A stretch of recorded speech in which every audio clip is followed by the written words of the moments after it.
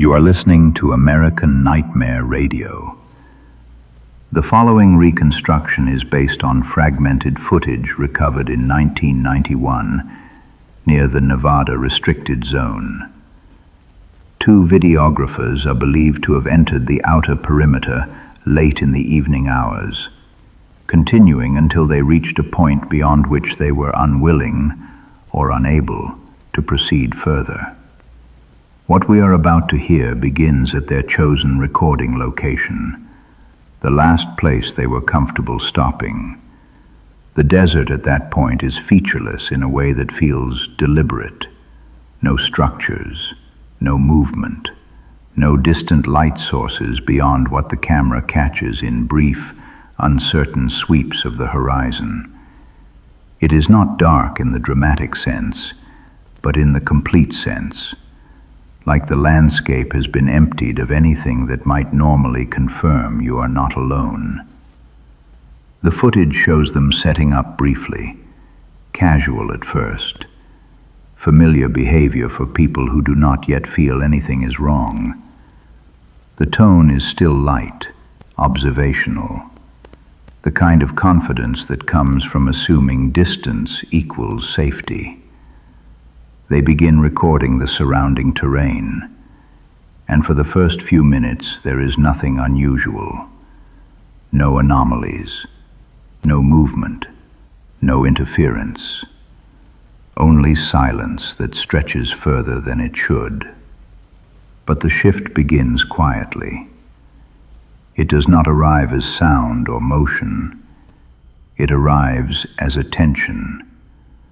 A subtle change in behavior is visible in both subjects. The camera lingers too long on empty stretches of desert. Framing becomes less intentional, more reactive, as if something just outside perception is influencing where the lens wants to settle. At first, neither of them acknowledges it directly, but the recording shows repeated pauses, moments where filming stops without explanation, followed by brief scanning of the surrounding area. There is nothing visible in any direction, and yet the behavior suggests something is being tracked. Not seen, tracked. It is around this time that the first physical symptoms begin.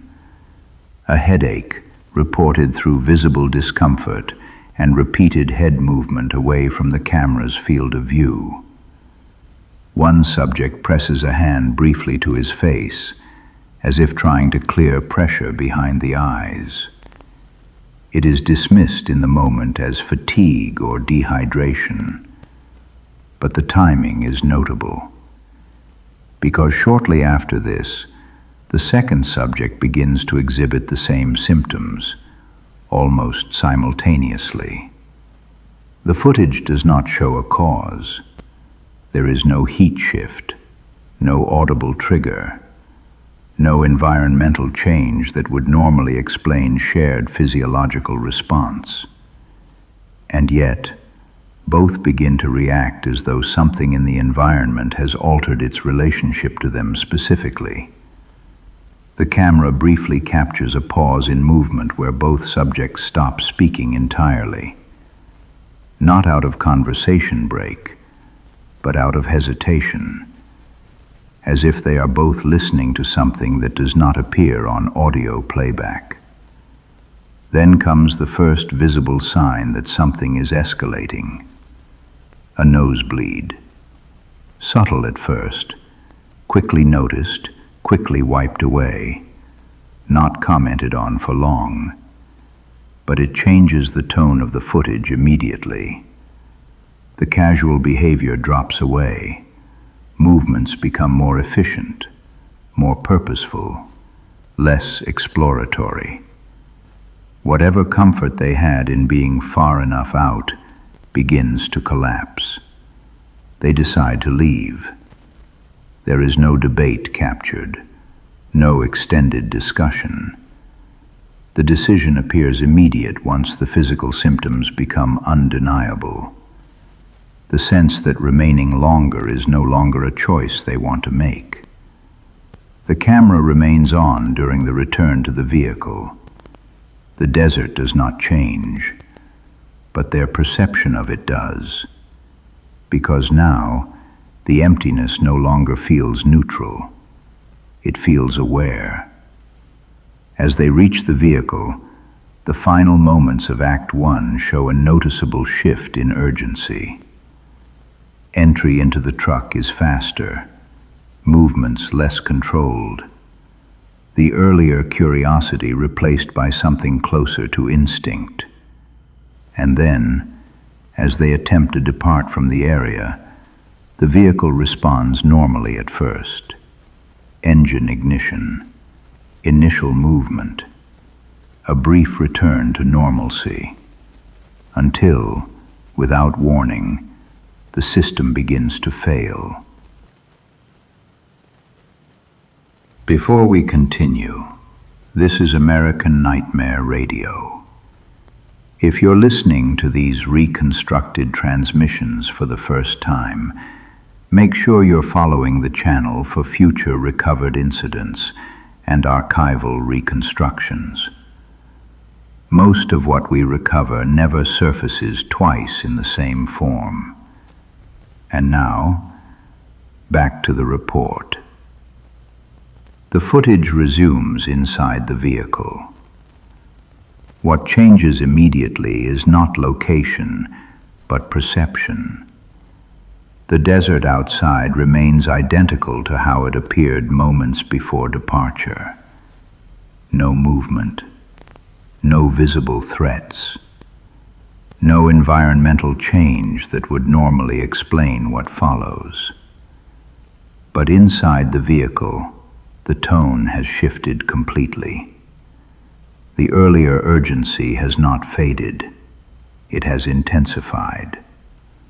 Not through panic, but through a growing sense of unease that neither subject is willing to fully articulate. The camera intermittently captures the road ahead, but framing becomes unstable.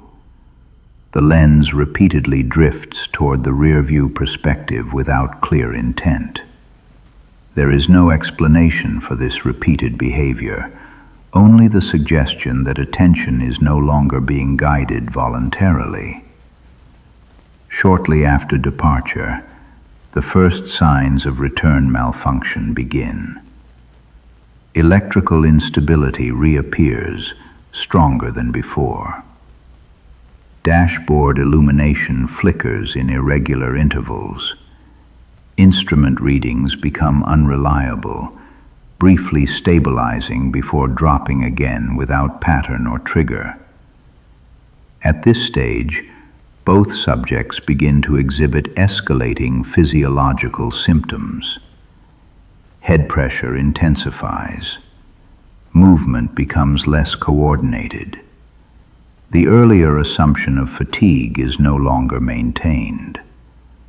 There is repeated reference, through behavior rather than direct statement, to something off in the surrounding environment. Not something seen, something registered, as if awareness itself is being shared between them and something outside the vehicle. The desert remains unchanged, but the experience of it does not. At approximately several minutes into the return route, a new pattern emerges. Both subjects begin reacting to the same off-frame direction simultaneously. Not once, repeatedly. Each instance occurs without visible stimulus. The camera shows empty terrain in all recorded directions. No objects, no movement, no artificial structures beyond distant, indistinct boundary markers. And yet attention continues to be pulled outward. At this point, the physiological effects intensify. One subject experiences a second nosebleed, this time more pronounced. It is briefly acknowledged through physical reaction, but not verbally addressed for long. The focus remains on forward movement, as if stopping to analyze symptoms is less important than simply exiting the area as quickly as possible. That urgency does not last, because the vehicle begins to behave as though it no longer fully recognizes operational input. Acceleration becomes inconsistent. Steering response delays slightly but noticeably. Engine output fluctuates despite steady conditions. No collision, obstruction, or terrain change is recorded that would account for mechanical degradation. Then, without warning, the vehicle begins to lose power. Not abruptly, not in a single failure event, but in a gradual collapse of functionality that feels uncomfortably controlled in its progression. Speed drops, dashboard flickers, engine response weakens, until finally the vehicle stops.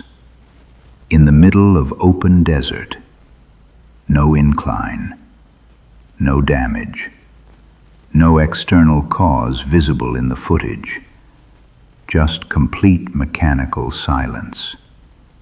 And in that silence, the sense of observation intensifies, not through sight, not through sound, but through the undeniable implication that whatever has been affecting them since the recording point is still present, still tracking, still close enough to remain unnoticed by the camera, but not by them.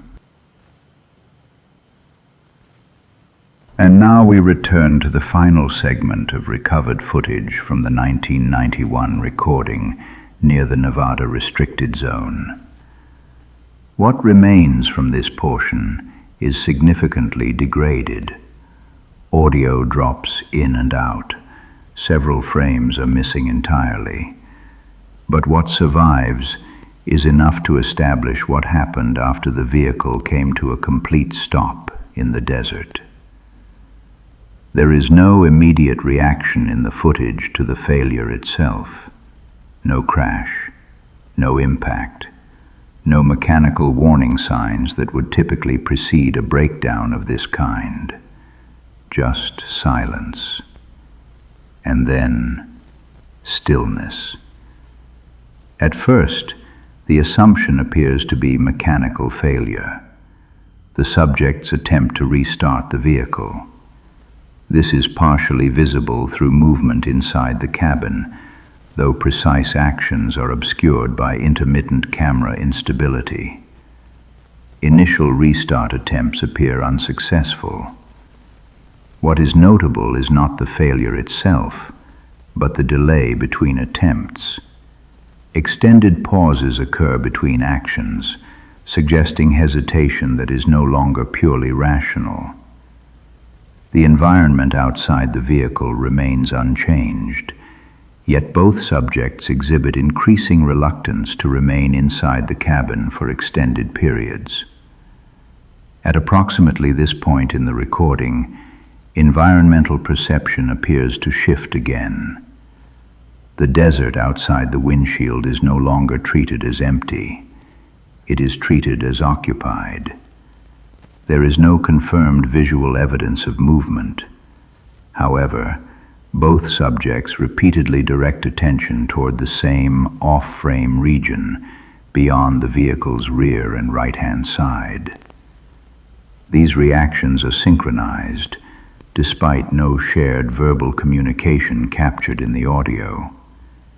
The implication is clear in the behavior alone. Something is being tracked outside the camera's field of view, and it is not approaching randomly. It is maintaining position, watching. The physiological symptoms escalate rapidly during this phase. Head pressure intensifies to visible discomfort. One subject is seen repeatedly bracing against interior surfaces of the vehicle, suggesting balance disruption or disorientation. Breathing becomes irregular. Camera control deteriorates further, with frequent drops in framing stability. Then comes the most consistent anomaly across all recovered segments: the repeated failure of restart attempts that should, under normal mechanical conditions, succeed. The vehicle does not respond to multiple ignition cycles. Each attempt produces partial electrical response, followed by immediate drop-off. No consistent pattern of failure is recorded. No environmental change corresponds to these failures. It behaves, in the footage, as though the system is being interrupted, not broken, interrupted. At this stage, both subjects exit the vehicle. This is the first clear external exposure since the breakdown. What is captured outside the cabin is limited: open desert terrain, faint wind movement, and complete absence of visible threats. However, camera behavior changes immediately upon exit.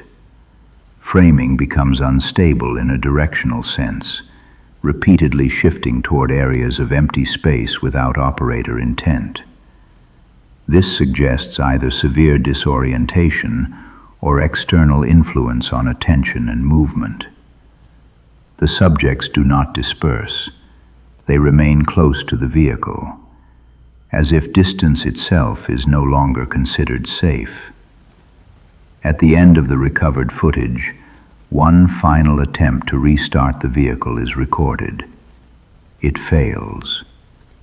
And this time, there is no follow-up attempt, only silence, followed by a prolonged period of static camera exposure toward the desert horizon. No identifiable subject movement is clearly visible in the final frames. But what remains consistent across all surviving fragments is this: whatever was present during the recording phase never left. It simply remained outside perception until the footage ended. That concludes the recovered reconstruction of the 1991 incident near the Nevada restricted zone. As with all American Nightmare radio archives, what you've heard is assembled from incomplete material. Missing segments, degraded audio, and corrupted visual data mean we may never have a full understanding of what occurred during those final minutes. What remains consistent across all fragments is the pattern itself: isolation, loss of mechanical function under unknown conditions, and the persistent presence of something never fully captured on camera. If you're listening for the first time, make sure to follow American Nightmare Radio for future recovered transmissions and archived incidents. These cases are not isolated. They are recurring, and they tend to cluster in places that were never meant to be recorded in the first place. Until next time, stay off the edge of the line.